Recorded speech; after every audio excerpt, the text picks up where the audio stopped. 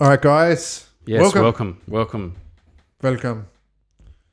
to another rendition of On the King's Dime.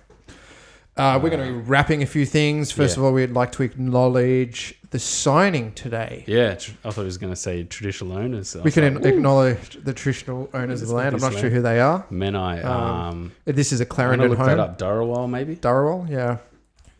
But we'd like to acknowledge the signing of our third import space. Yeah, Ray Turner. Decent signing. Obviously, I've looked him up one video on YouTube.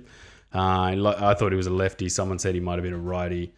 But he was going left a lot in that video, and I thought, that's interesting. Like, if he can finish off his left, that's good. We haven't seen much post action beyond Bogut's lefty post action, and then kick it. Really, I think the weekend just exposed the Pinot. Pinot, yeah, poor old Pinot. Poor old destroyed, didn't he? Got a little bit bullied. Yeah, minute and a half.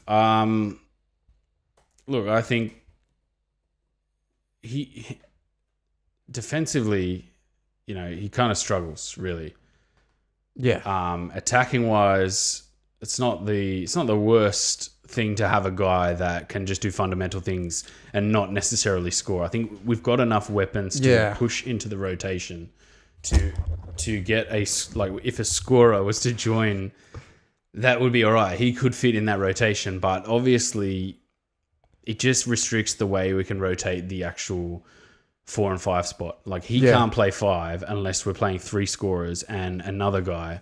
But we don't have the other guy. Like, really, we've got Kickett, who comes off the bench, who's a bit of a defensive liability, and then Bowen, who's got a rebound for 2 guards and, put out some fires on the offensive end and the defensive end at the same time. So I'm not sure if Turner can come in and play at the 4, then that's going to be good. But I'm not sure size-wise whether he's going to be fit to play at the 4. He might have to play at the 3, But I do think where he's going to fit into the rotation is that Pinot first go off the bench. First go off the bench, taking a little bit of the minutes off Bogut to give him a bit of time to play some more hardcore minutes in the fourth quarter.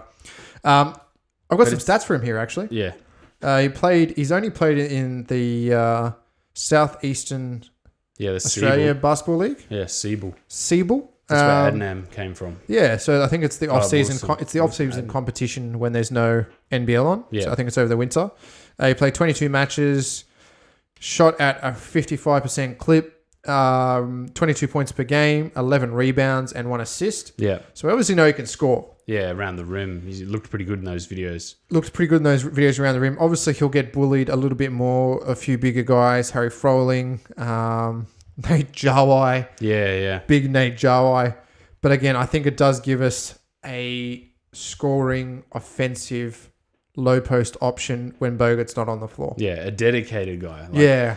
Because I was kind of looking at it, and when you look at Kickett is kind of, quote unquote, the dedicated post scorer, really. Because Ware doesn't offer a lot of post, he doesn't want to drive to the basket, and when he gets the ball in the post, he kind of tosses it back out. He's a very stretch forward. He's a stretch forward with no post moves.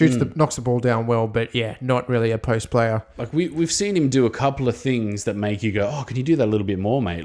Can we see that a little bit more?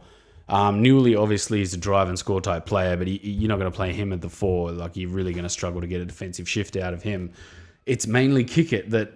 When Kickett can shoot the 3 ball, you probably want him shooting the 3 ball. His 3 ball's kind of fallen off a cliff just slightly.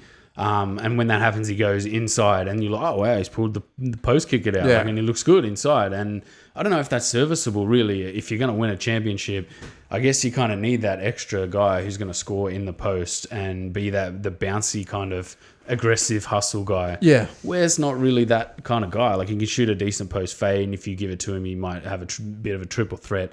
But it's not his game. You don't sit there and go, I want to see you get the ball in the post, put it on the floor and score over someone.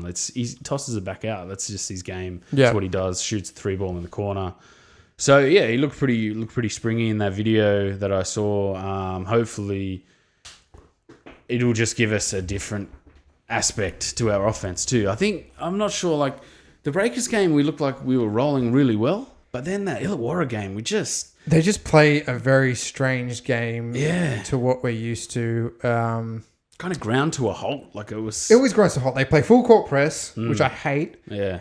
And it seems to work in some quarters where Sydney goes cold because they're like, oh, we can't really get into our set. And so it ground to a halt. Jordo Jet exploded us inside badly. I think they all did, really. They all did. The 3-2 zone puts us off our game because it pretty much closes the lane for any kind of drive. And therefore, Brad Newley is completely, unless he gets the ball from the half. In the half court, he's pretty much useless. He doesn't catch and drive and try and beat guys off the dribble. I've noticed.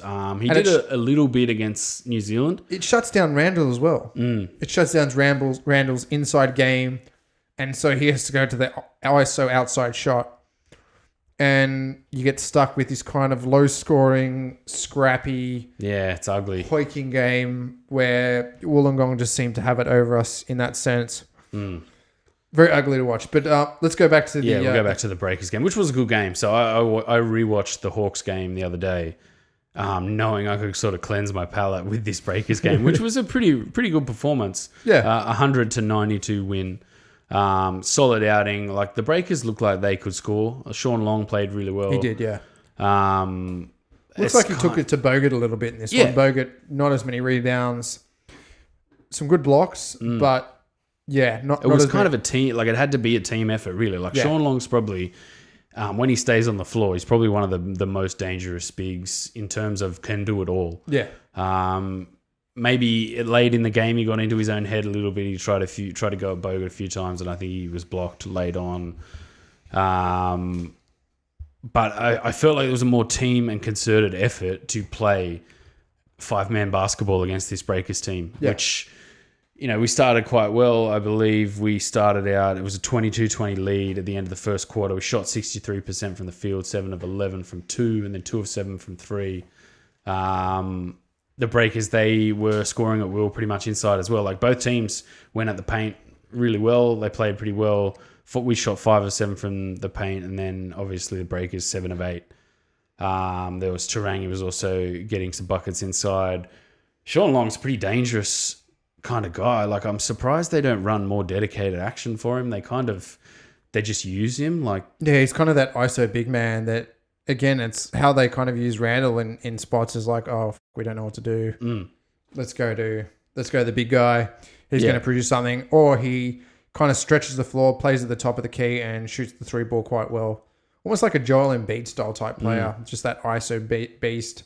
Who can kind of do it all, but doesn't really run plays with, like they won't set picks for him. He won't really set picks for other people. Yeah.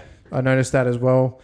They were definitely trying to play that fast transition game. It's just something that Sydney plays and does a lot better. Yeah, way, way better. We get out into transition. And Kevin Lish played pretty well in this game too. And then Bowen off the bench, I think he had a top night as well. He struggled early. Struggled a little bit early, I think. But then in the second half, he came into his own, had a couple of nice dunks. David Ware is also... Oh, yeah, he played really well. Just shot lights out. Yeah.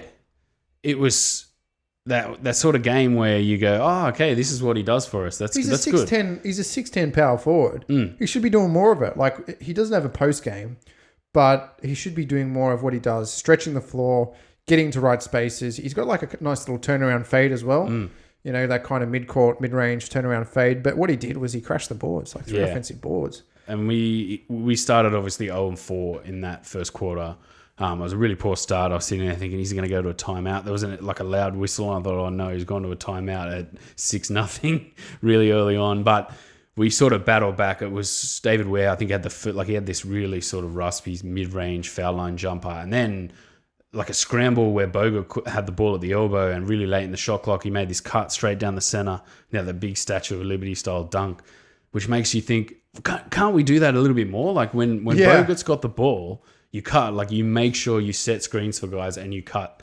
Like and he had that like wide open lane basically, and then it just disappeared. You don't see it again. You don't see it again because I think they just love to play this high ball. I'm not sure. I've been trying to watch and work out why. And there's a few things like Randall, obviously, I've noticed they don't get out of his way sometimes. Like we'll go to the Illawarra game later, which I'll expand on that. And then you go Newley when he gets the ball and he's sort of one-on-one and he's got a lane to the hoop, drive to the hoop, but he seems to want to give the ball up and shoot the ball. Where you're just like, you just drive, man. Like you don't need to be in transition. Like you can get the ball and drive off a pass and try and score, which is another way to score. And then when Kickett's on the floor, he's kind of just a bit too slow to do everything Ware can do. Like obviously Ware's a bit of an up and down player, but Kickett is kind of like defensively just drops off like so badly that you can't bank on these lineups going, right, this is the lineup, this is what we're doing. Like when these guys come onto the floor, this is what this set of players is going to do, and this is how we're going to score. It just seems to be like Kicker comes in, Pinot comes in. If it's Randall and Adnam, just sort it out, guys. Like just try and get buckets. And they've run a few plays here and there, and if they break down, they don't have like get out of Randall's way. Like late shot clock, he has the ball. Just get out of his way. Yeah. Let him try and put up a shot. It's kind of like, let's just kind of run this real late action. Like let's run something here, guys. And you're like, it's late shot clock. There's 6 seconds to go. Get out of Randall's way. Well, get it to Lish. Lish has been doing that kind of pop and fade ISO ball where he doesn't really dribble. He just fake, the little shimmy. Yeah. Shimmy, fake, bang, drops. Yeah. He's been a bad man lately doing that. He's a bad man. It's good. I like to see more of that. Catch and shoot too. He's good, but we don't dial up sets for him. It kind of seems like he's in the action. Like we're dialing up a set and he forms part of the, you got a screen, you got to down screen this guy, Kevin, and then he kind of walks back up the floor because his motion in the set's done. And you're just like, yeah, but can't you just make a run to the other side off of that action? He's wide open type of thing. Yeah. Little bit sort of three heavy, I think, in the first quarter. We try to shoot the three ball a little bit too much. I don't feel like we're a team that shoots the three really well. No, we're not a team that shoots the three ball well. I think that we're one of those teams that we need to dial up a screen or need to dial up a play to get a guy open for a three ball. I think Brad Newley's dropped off a fair little bit as well, but he's been getting to that corner three, just hasn't been dropping. Yeah, that'll pick back up. I think where we really struggle is that when we use the three ball as an out, not as a play. It's like, we're down 10 points. Jack up threes. Yeah, that happened in that Illawarra game. It happened in that Illawarra. It says like, no, we're going to dial up this play to get you open for the three ball. Not like, we're 10 points down. What do we do? Or clear out. We're going to let Randall go to work. Yeah. But obviously we'll go through that Illawarra game. We won't get to it yet. Then the second quarter and that break is 32-32. That's probably one of the best quarters of basketball in general. Yeah, it was a high-scoring event. It almost reminded me of an NBA-style game. Good free-flowing scoring. 10 of 16 from 2 from us, so 62%, and then 3 of 5 from 3. So in the second quarter, it felt like what are you laughing at? Richie's commenting on the podcast. A buzz off, Richie. Is the guy with the hat single? No, I'm not. I'm married. He knows that. He was the best man at my wedding. So 3 of 5 from 3 looks good for us most nights. Yeah. In a quarter, like you shoot 5 decent looking threes. Like it's when we're putting up 7, 10 threes that that we're kind of just trying to jack up shots. We had 3 of 5 from 3, so 13 of 21 from the field, 61% in a quarter, and then the Breakers shot 12 of 18, so 66%. But they had 9 of 12 of the paint, and we had 8 of 13 in the paint. Yeah. So we went into the half, I think, up 2, and it was one of those games that I didn't feel like the flow was ever going to go against us. Like they were scoring, but it just feels like we were one step ahead of them. Yeah. I don't get that feeling most games. No, it's a rare feeling. It really it's a rare feeling, but I definitely feel like we got that feeling in this game. Yeah. The Breakers, for some reason, they clear out. Like they don't have that congested feel to them. They play sort of match-up basketball one-on-one over the floor. It does, and it kind of lets Randall do his thing. It lets Lish do his thing. When I think Wollongong are probably, and hopefully no other coaches are listening to this, but it's that's the way to play Sydney, is to just frustrate the shit out of them into the three ball. So Shea Ely, he had 11 points.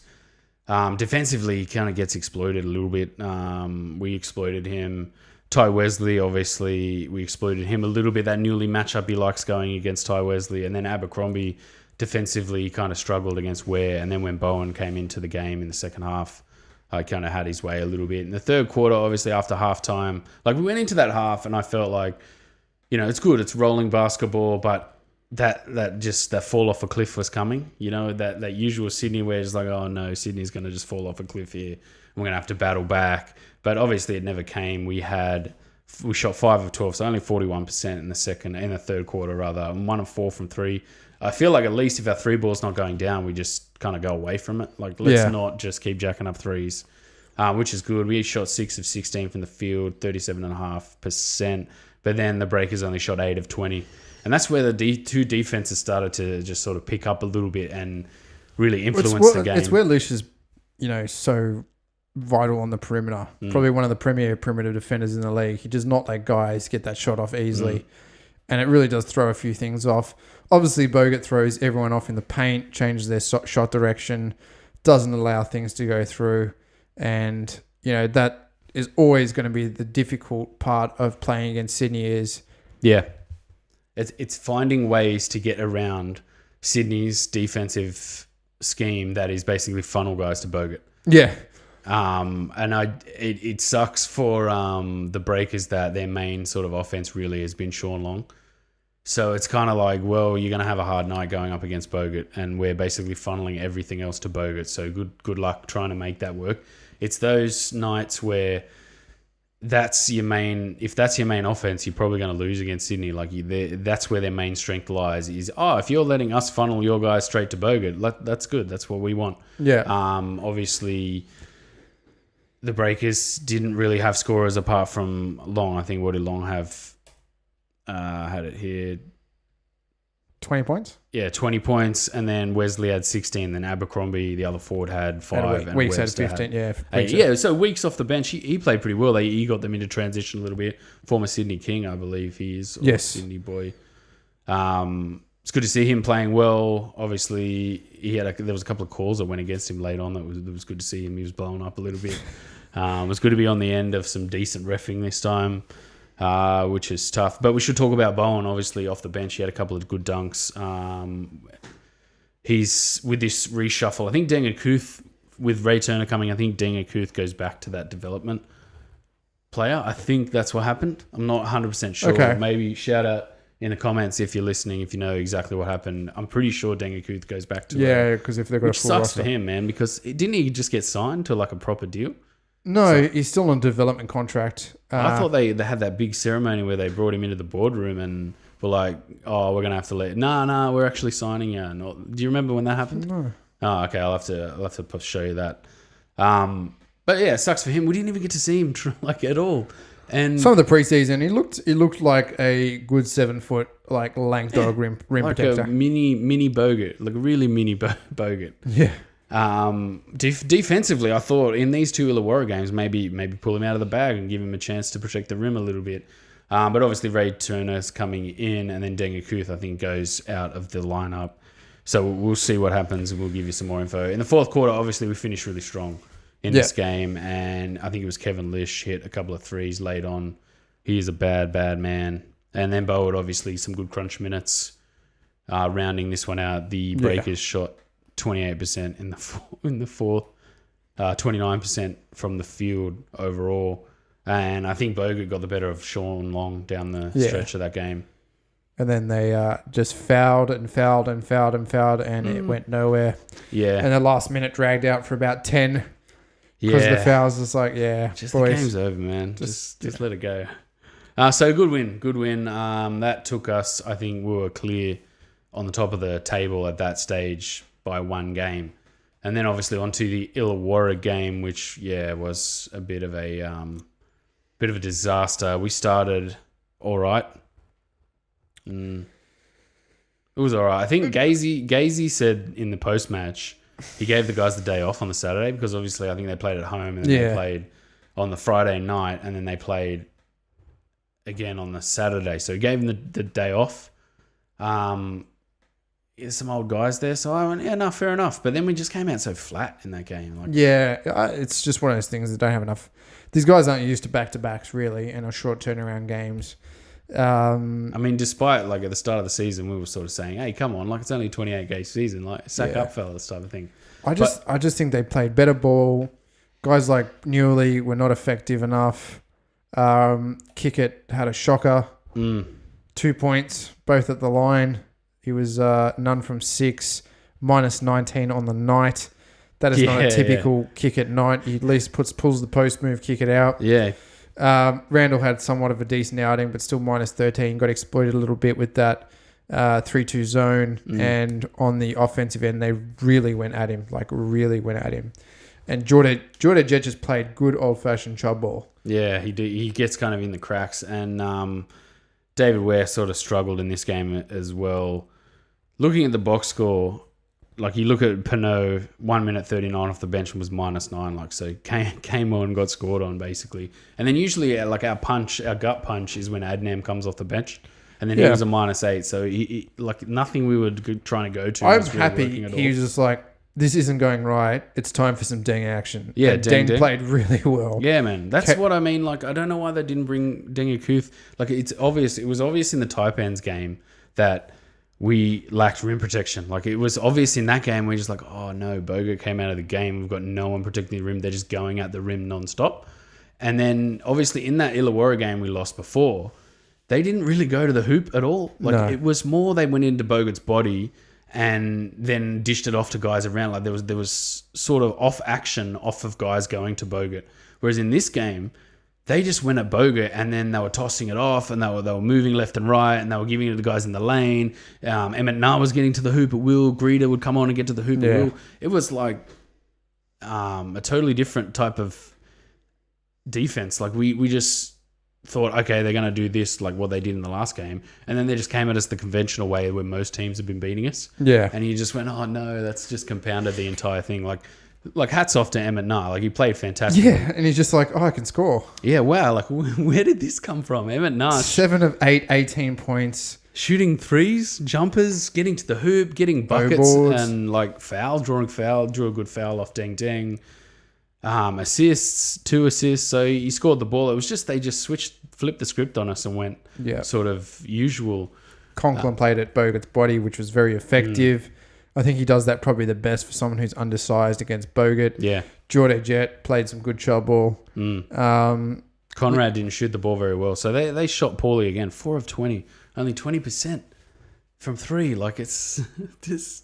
It's weird. I can't make heads or tails of why teams don't shoot threes that well against us.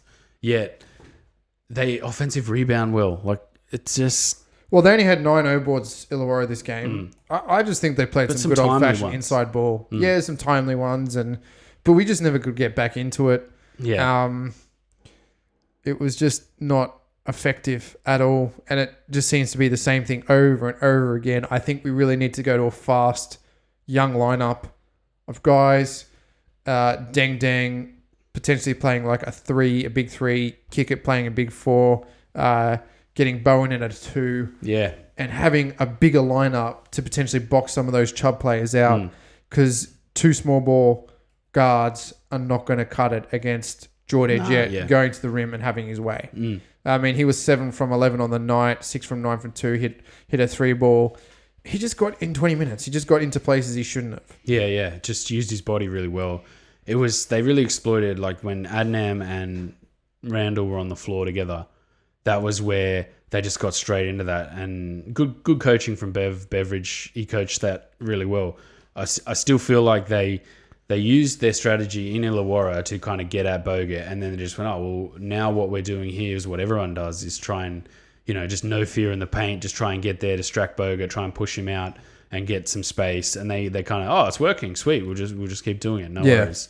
I feel like Kevin Lish has got to play point, and then you got to have Bowen at the 2, and then Newley maybe at the 3, like a big small lineup. But I don't think slashing works in a zone defense. I think you're better off bringing on a guy like Deng who can play a bit of a little bit of an outside game, got a few moves, can dribble drive in. Whereas Newley's just like, I'm directly going for the basket, and it's just not going to work in a zone defense. We need a few more guys that can shoot from perimeter. Playing Lish at the 1, potentially not playing Randall. in the backup minutes time. But yeah, I definitely think that unfortunately Adnam had a bad game, but that's... Yeah, I think happens he from was time on to a time. hiding to nothing coming into like what was already a stagnant offense. You see, if you look at the stats here, the Hawks in the second quarter, they shot 10 of 12 from 2, so 83%, and then 12 of 18 from the field, so 2 of 6 from 3, 2 mid-range, and then 9 of 10 in the paint. So they were just getting to the hoop at will. And then in the third, they were 9 of 12 in the paint, like just getting to the hoop. And that's where Bogut's going to have a huge effect on teams not shooting well in the paint, and he just didn't in this game at all. It was a non-factor. One of the first times I've seen him this season where you're just like, whoa, no, like Bogut's not had the greatest game here. You know, he's kind of struggled. Yeah. So it'll be interesting to see how he bounced back from this in general. So the point I was going to make about Randall before was nobody seems to get out of his way. Like, we're running action. It's like, no. He's got the ball and he's putting the sauce on. Get out of the way. Like, spread the floor. Get out of the way. But you can't spread a floor in his own defense. That's the issue with Yeah, I Illawarra. suppose, And that's why it works really well against the break. I mean, he still got 22 points, shot the ball really well. Well, he played really well. And then we just didn't go to him at all. Like, we kind of, in the third and fourth, just was like, we're setting stuff up for everyone else, trying to get other people shooting threes. He did say he had food poisoning, I think, in the Breakers game. Then obviously he's probably still feeling the effects of that. Yeah. But he still played really well in this game. 22 points, 7 of 13. I just think that they played some good Chubb ball. It's like that Houston Chubb lineup.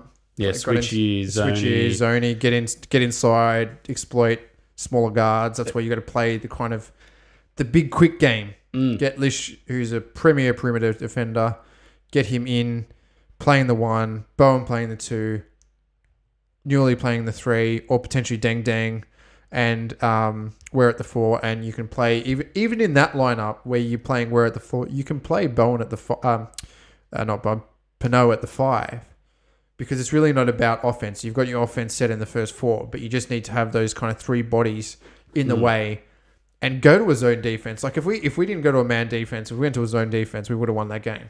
Yeah, because it would have broken the lane down for them. And it wouldn't have allowed guys like Eminar to get into open spaces to shoot, because I think that they played the screen ball well.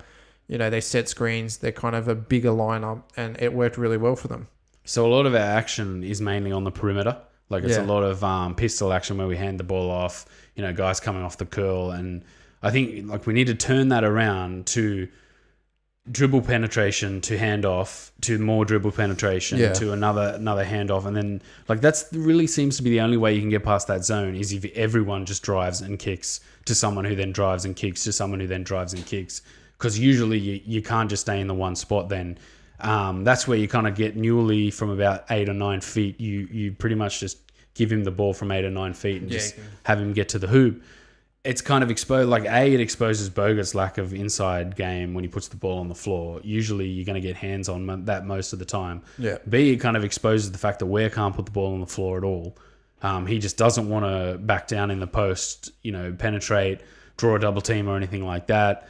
And then your 2 guys, Lish and Randall, are basically driving into a set zone, which it just compounds everything and just knits it all together as just like a mess of doo-doo, basically. And then, so Deng, let's talk about Deng. He played really well, I thought, in his minutes. Showed some good defensive hustle and I think he had 3 fouls. Did he? Yeah, 3 fouls. One of them was a bit of a dodgy one on Emmett Nah. Yeah, there's always dodgy ones though, isn't there? But I thought it was good to see Gaze go to something different. Yeah. He even said in the post-match that they were scrambling around and gambling on different things, so maybe like the lineups themselves were a bit all over the place because of that. Like they were gambling on different, what can we go to? Like we can't seem to knit anything together here. Yeah. Let's just go to Deng. The other thing, I just don't know why we didn't go to Dengakuth, really. Like we're top of the league. We were top of the league at the time. There really wasn't any reason not to just go, oh, well, if he's going to be a rim protector, he's 7 foot. Yeah. Let's throw him in there and give him a crack, you know? But and then Bogut was off the floor for a fair bit in the second half. You know, so, and then these small ball lineups, they seem to just have the answer for that, and Kickett was the main guy that they exploited. Bowen didn't play that well. The other thing I've noticed is, against Illawarra, the 2 times we played him, he just brings out Greeter straight away. Like, when Bowen's on the floor, he just goes, Greeter. And then Greeter's like, no like no fear at all. It's just like, I'm going to destroy this guy. And like, can I see a reaction, Bowen? Can we see? He's a little bit passive, a little. That's fair enough. But I would have like I think later in the game he kind of got a little bit more comfortable. But it just seems to be like Greeter just comes out and just locks him up. And I noticed Tice did that in that like really early Adelaide game. They just went Tice, get on him. Yeah. So I'd like to see Bowen. Like the other thing too, like if you're going to give Bowen the keys to offense, like we kind of did in the Breakers game, you've got to get out of his way as well. Like set it up and let this guy go to work. Don't just go, we're setting you up, mate. We're screening, we're moving. It's cool. Like no. Let the guy go to work. Like it's the Randall effect kind of thing. But It's sometimes the overcoaching. I think so. Yeah, it is. It's kind of like we were a bit harpy on you with Gaze with the undercoaching, but I think we've now seen the flip side of that, and it's just like instead of just going to some good old fashioned ISO ball, some just pick and roll, we just go to these complicated plays which break down when we're not rolling. When it's not all happening, it doesn't come together, and part of that relies on guys like Pinot who can set screens, Aware who can, he's getting better at setting screens. And if you're not doing those fundamentals, then you're never going to really lay a platform to get your team rolling and get your team back in the game. I'm not sure how we get around that. Like, it'll be interesting to see Ray Turner come in and see what he's all about. Yeah. Might give us a little bit of a boost and a lift mentally to just go, let's see what this guy can do. If he has no fear going to the rim, that's going to be good, I think. But yeah, I'm not sure. I watched that game trying to watch it and go, right, how do we beat this Illawarra team? Like, what do we do against this Illawarra team? Yeah, I think that we need to play a bigger lineup, a bigger, more mobile lineup, outplay them. Because they're not the quickest lineup. They're not really quick in transition. But, I mean, Emmett Nah probably had the game of his NBL career so far. So well, that's probably 14 points you weren't banking on, or 18 points or something it's probably like that. 16 points you weren't banking on. Yeah, you were probably banking on him scoring maybe 12 or 8 at the most. And then he had like a career night, like a really good night that you kind of weren't banking on. Anderson, again, he's just got such a good post game where he was just knocking down shots and you're just going, just what? Like, no, David Anderson, like, stop this. Stop it, mate. Like, Blanchfield, obviously, he had some time on the buckets as well. There's not much you can do about that. Conklin as well played really well. He sort of seems to be coming into his own. Conrad didn't shoot the ball very well. Ogilvy came on and was a lot less effective than he was in the other game. A lot less. But I just think that Jordan Jet stole it with him and Nah, and that was lights out. Yeah, pretty much. Look, their biggest lead was 21. We brought it back to a respectable margin. It was 8, like with a minute and 20 to go, it was 8. And I thought, wow, this is serviceable. There's a possibility here. But then we just like let them get to the rim twice. And then Emmett Nah scored like a late shot clock, this chalky sort of shot over Dang Dang. And you're just like, come on, man. Like, but, we're going to have games like this. I still think the attitude of this team is good because you're not seeing them go, whatever. Like, you're actually seeing them go, we know we've still got stuff to learn and we've still got stuff to do, which is good. Kevin Lish sort of said after the game, these things are going to happen. It happened before. It could happen again. We're still top of the table. This is a fairly close horse race. Illawarra are sitting in 6th. Yeah, so how tight is it now? There's 5 wins now between us and the Breakers. The Breakers have kind of dropped off badly. They're on 8 wins, 9 wins to Illawarra, 10 to Adelaide, 11 to the Bullets, 12, and then us at 13. So, we've got 8 games left, 28-game season, 8 games left. It's still open slather. Yeah. Any one team can go on a run of winning. Any one team could go on a run of losing. But we are out in front. Obviously, Melbourne have got a game in hand. And we're 1 ahead of Perth. Yeah, Perth seems to just fallen in a bit of a hole as well. Yeah, they've been beaten by the Taipans twice. Yeah. Good old Types. Yeah, good old Nate Jarlai. Doing their bit for the... doing their bit for the Sydney Kings. The golden boot, or what would you call Wooden it? spoon. The premier, like finishing top, what would you call it in... The number 1 seed, I guess, in the NBL. Yeah. Yeah. Predicted champions. The number 1 seed. So who are we playing next? What have we got? Adelaide. We've got 1 game on Saturday at 2:50. Yeah. And it will be against Adelaide, who are sitting in 5th spot. Yep. So there's a lot for them to play for.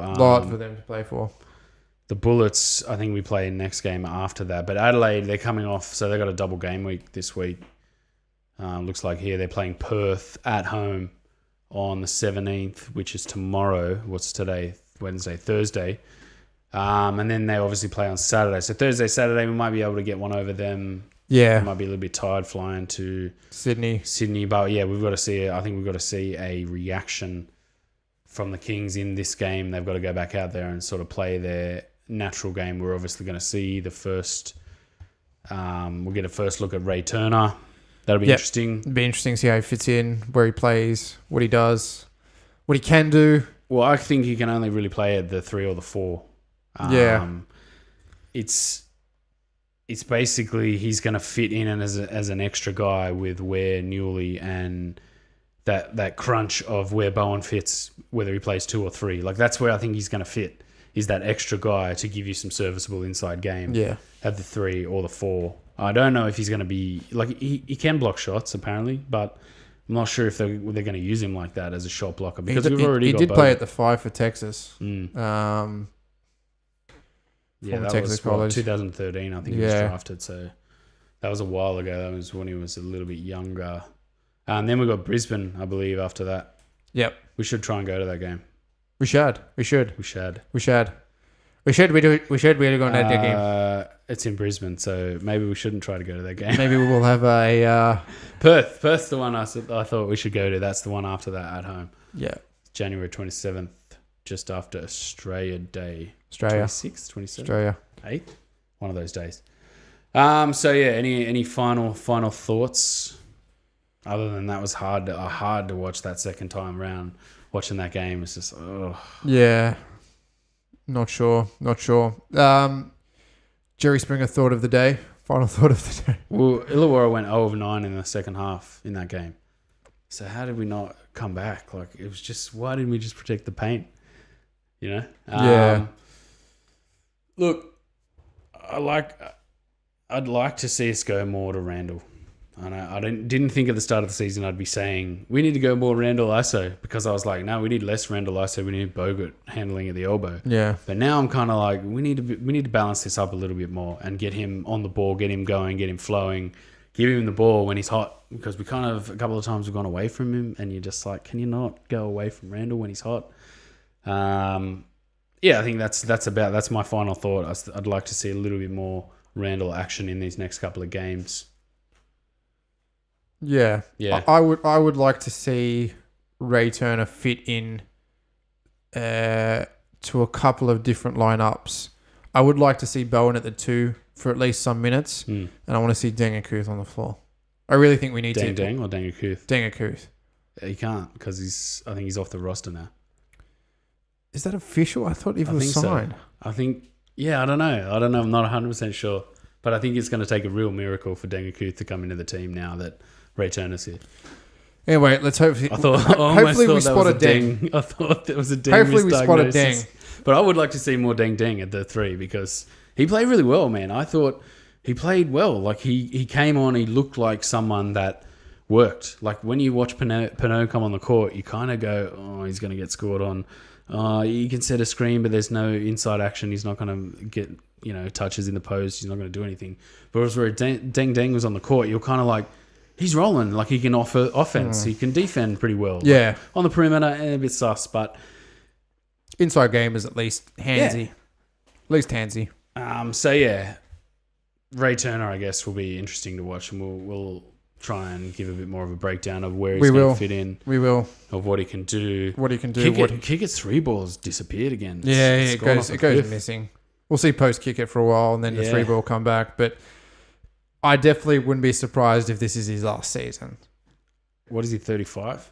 He's old, and he's very slow. He's so slow. I think the league's probably gotten a bit too good for him. It's probably gotten a bit too good, but there is a new franchise coming on, which is always going to need more players. Kids stretch the floor, and I just don't like him shooting corner threes. It just doesn't work. No, because he can't get back and defend if they get... Yeah, well, he can shoot that 11 o'clock, out. 10 o'clock 3, and that's about it, or one from right at the top.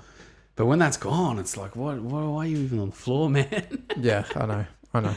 Yeah, anyway, so yeah. Cool. Should we leave it at that? Yeah, when will we be back next week? I'm off on holidays. Let's say Monday up. Yeah, Monday over. I reckon we can throw one out for the Adelaide game, which I don't think I'll be able to watch live unless I go to like a pub somewhere with it on. Yeah, that's all right. You can watch it on Foxtel Go catch up. Yeah, nice. If we got Wi-Fi at the hotel, nice.